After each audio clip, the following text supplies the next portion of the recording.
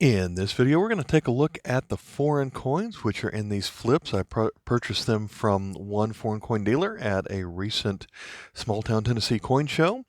We'll have a couple of bonus tokens at the end. So let's take a look.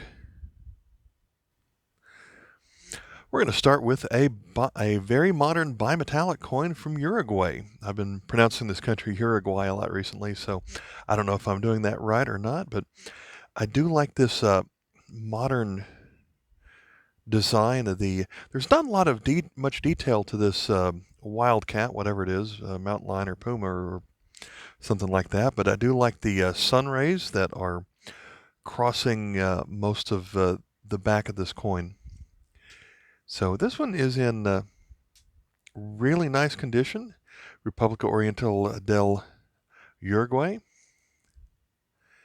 And the year on this is 2011. 10 pesos.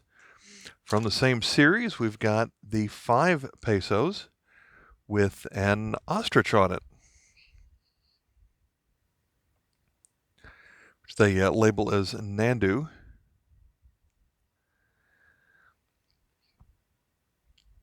Trying to find how to get this one to shine in the light just right, because it is in such good shape.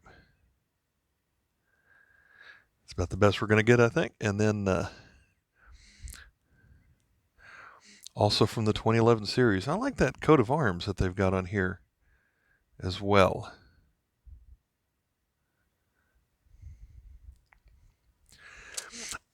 There is a price written on each of these flips, and that is what I paid for every coin. I'm not sure if it gave me a discount or not.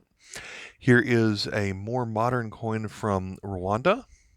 When I think of Rwandan coins, there are a couple of old aluminum coins that are just always in beaten up, horrible shape that I see pretty often. So to see a coin that is, I'm going to guess that's aluminum bronze on here, but it's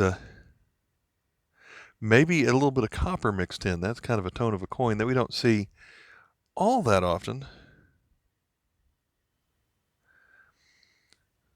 What do we have written on here? Definitely have the number 5.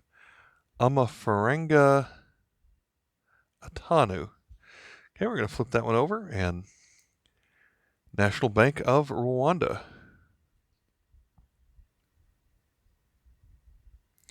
2003. One thing I like about this dealer is it wasn't just expensive coins. And when I say expensive, I know that, $1 is not a lot, but, it can add up sometimes. But he did have a 5 for $1 bin. I'm going to make a separate video of those coins, but he also had some coins that were just priced at 15, 20 cents or so to go along with the $50 and $100 coins, just all in several albums. This one is a 50 Haleru coin,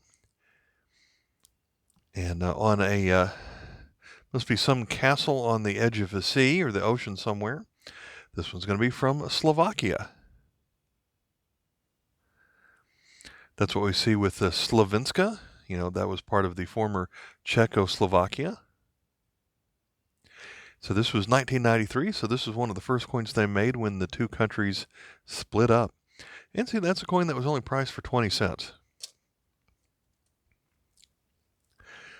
For a short while, this Gran Almirante Miguel Grau appeared on all of the Peruvian coins. This one is the 20 centimos from 1987. So that series didn't last for very long. Next up is a smaller aluminum coin from Nicaragua. A lot of the Nicaraguan coins do have that triangle design on them, highlighting the 5 mountain peaks. This one's from 1974. This is an interesting design of a 5 on the back. En Dios confiamos. 5 centavos de Cordoba.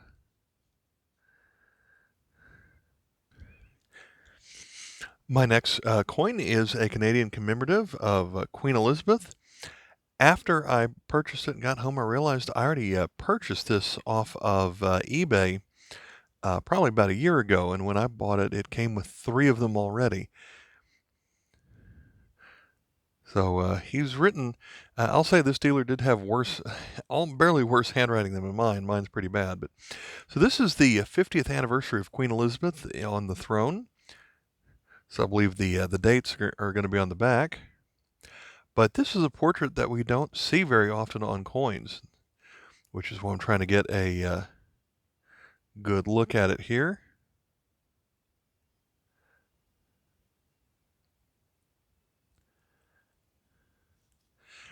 Then flip it over, and this isn't too different than the normal back on Canadian coins. However, they have made it a little bit smaller so that there's empty space on the sides, and the dates of 52 to 2002 at the very bottom.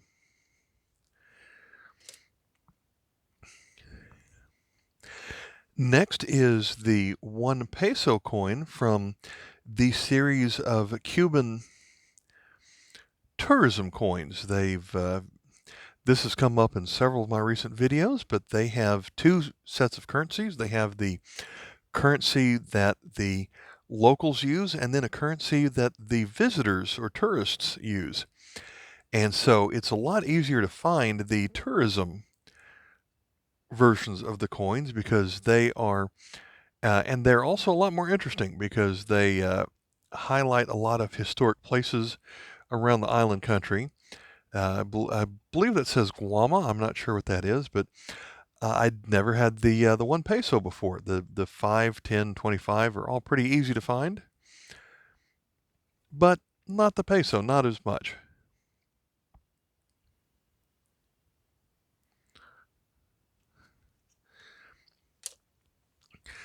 Once I got to this coin, he said, "You bought my only coin from Djibouti." And I will admit this is a country that you do not see coins from very often. And after I looked into my collection, this is my first coin from Djibouti. Now, since it is a former French territory, and I'll flip it over right now to kind of show you the French look to it, unity, equality, and instead of fraternity, they have the word pikes. I'm not quite sure how to pronounce French, but it is a 10 francs coin. Now, I didn't have any Djibouti coins, and I wasn't even really sure how to pronounce it either, but I was aware of the country. But before they were called Djibouti, they were had coins issued as French Afars and Issus. I didn't have any of those either, but before that they were called French Somaliland, and it did have one coin from there, and that was an aluminum coin that looks a lot like a lot of the other French territories like Madagascar or French Polynesia, things like that. So we've got kind of I don't know what that is. The large circle is in the middle. It has a sphere going through it, or a spear going through it. A couple of hands holding long knives on it. Kind of a scary looking design. But that is my first coin from Djibouti, and he noted that you're looking for all the obscure countries, aren't you? And sure enough, I was. Here we have one from Algeria, 1 dinar from 1972.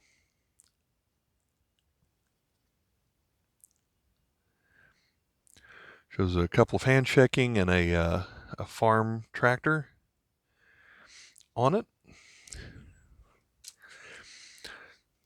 Older coin from Bulgaria, kind of in well-worn. They call it very good condition, but from 1888, a 10 statinki coin. Uses Cyrillic, so it's difficult to understand what that says. Has a little bit of damage to it, scrape marks on it. Next up is this coin from a country I wouldn't necessarily think of when I would see a fish on a coin, but it is going to be an Asian country. This is from Laos. From 1980, I believe this was a 1-year coin, but they made coins to last for several decades. This is made out of aluminum. I did have some others from the series, but not the 50. And all of the Laotian coins from this era have a design very similar to this one. See the hammer and sickle and star at the top, so it must be have some kind of a communist or rule or something along those lines at the time. But their currency is called the at, so this is 50 at. Next up is a coin from the country of Myanmar. Some people would recognize that better as Burma. It's another country that uses an alphabet that we just would not be able to even know where to begin to pronounce some of the things on here, but that it certainly has a lot of circles in their language. It says, I guess that says two pious, or is that a 25? Maybe a 25.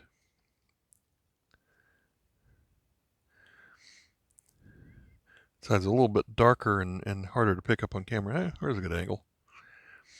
So I guess that's a 25. Looks like a J and almost the number 9. It's more like a safety pin or something, but yeah, that is a coin from Myanmar. Another late 1800s coin. This one is from Argentina. It's the 2 centavos, or dos centavos. I had this coin, but the one I had was probably in maybe good condition. So this one is in a lot better shape, especially on the reverse here.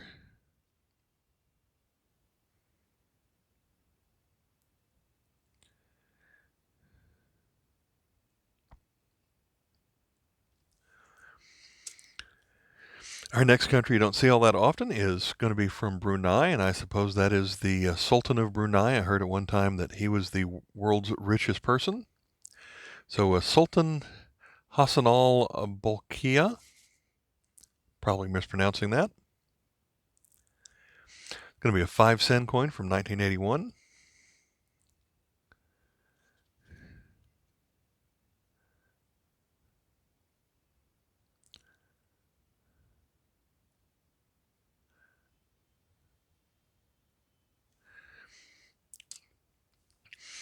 Next up, from the Soviet Union, where they had produced a lot of commemorative 1 ruble coins. This is a coin commemorating the 1980 Olympics, although the actual date the coin was minted shows up right there as 1978. And that was just a little bit before my time, so I don't remember. I think they were hosting the Olympics in 1980. There is a variation of this coin where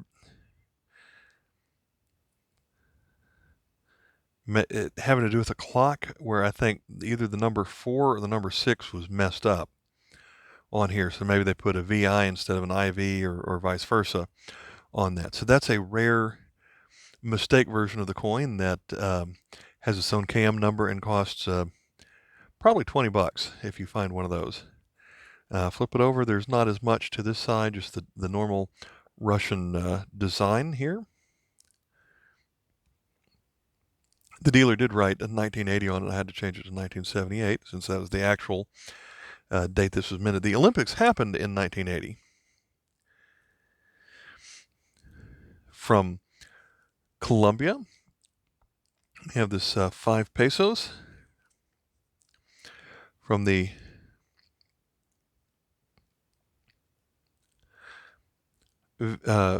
Juegos Panamericanos. I'm guessing VI is 6, and then maybe the Pan American Games. That's just a guess.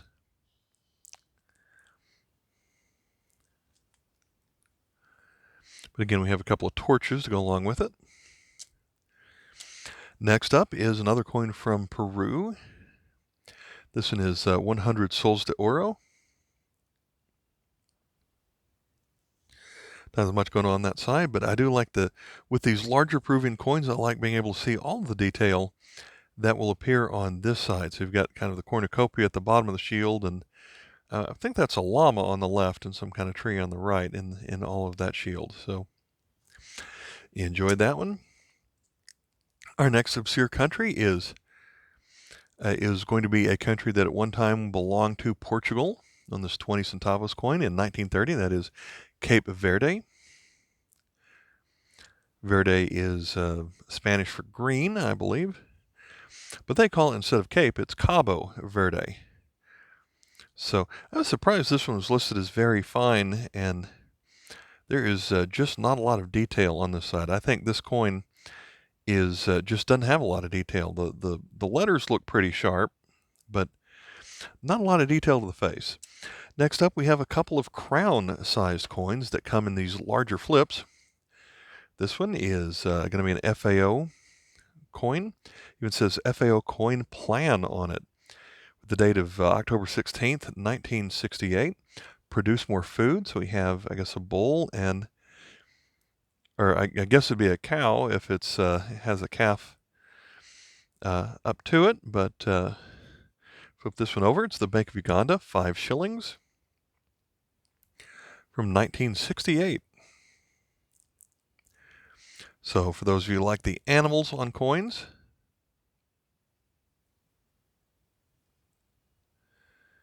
got, I guess, some kind of hooved animal and a larger bird, maybe a crane of some kind. And our last coin in a flip is going to be another British territory. This one is the island of Guernsey.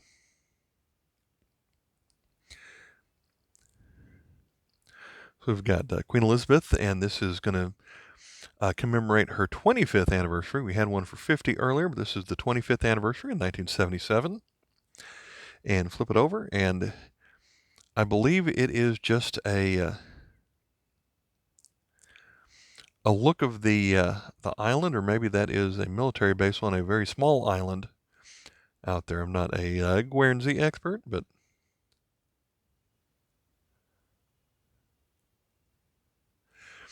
there you go. This dealer also had tokens, and I like that he was nice for the kids. He would give every child that walked up, he would give them their option to pick one token out of the token box and one foreign coin out of his foreign coin bin. And but for adults like me, these coins were 5 for $1, and I picked 5 up that I just thought were particularly interesting. I don't actively collect tokens, but if I see something that I find interesting, I certainly pick it up. And as a Tennessean, this one certainly got my interest. It is the token for the Gatlinburg ski resort. So this ski resort became Ober-Gatlinburg, which is still known as that today. So that would make this token at least 30 or 40 years old, back when that was their original name. And unfortunately, there is a really bad corrosion spot on here, but they are well known for having this large cable car that leaves from downtown Gatlinburg, goes up and over a mountain to the actual place where they set up. So I wonder if this token was how you purchased a ride on the cable car back then, or maybe it was a ride to actually go down to take the ski lift to one of their slopes. I visited, as a Tennessean, I've been to Gatlinburg many times, but I finally went to Ober-Gatlinburg for the first time this year, and I found it to be an interesting place. Not something that I'd feel like I have to visit every trip, but as someone who doesn't ski, but still a place that my son enjoyed. Next up, for the people like me who also are interested in some of the country's historic tourist traps, Waldrug is one of the most well-known ones. I've never been anywhere near South Dakota, but if I do go there, I'm certainly going to visit this place. And this advertises Ted Husted's Cowboys, and I don't know anything about that. I just know that Waldrug is one of the most famous tourist traps and roadside America type places in America. Next up, we have a casino token, 25-cent gaming token from the Grand Victoria Casino.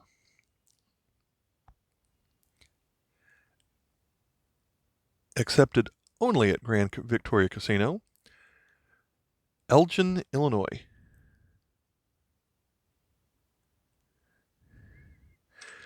And if I have long dramatic pauses over here, I hear a mouse in this room, and it's eating something about 5 feet away from me, and that is really distracting me. But we're almost done here. Next to last coin, token, we've got this Connecticut Turnpike token. Good for one fare, and what I like about this one is it has the shape of the outline of Connecticut and a line representing the actual drive of the turnpike going through here. Flip it over, and I guess that is maybe the crest of the state or something like that. So thought that was interesting.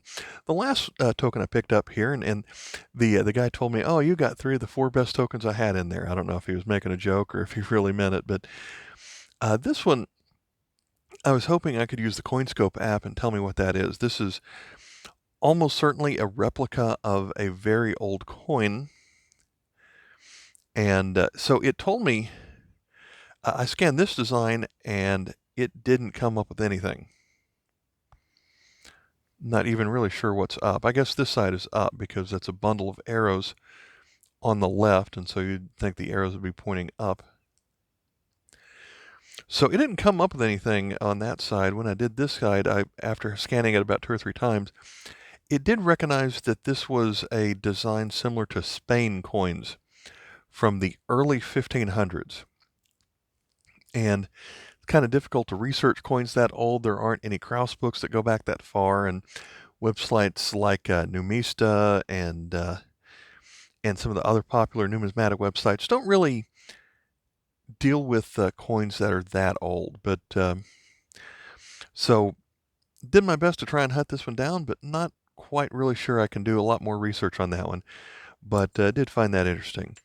All right, I hope you enjoyed this video. I have several more coming out from coins that I picked up from this show. Plus, I've got another 2 shows I'm going at over the next, before the end of the year. So, hope you enjoyed. Thanks for watching, and be on the lookout for the Foreign Coin Showcase playlist that I'm going to link here at the end of the video. Thanks for watching. Bye.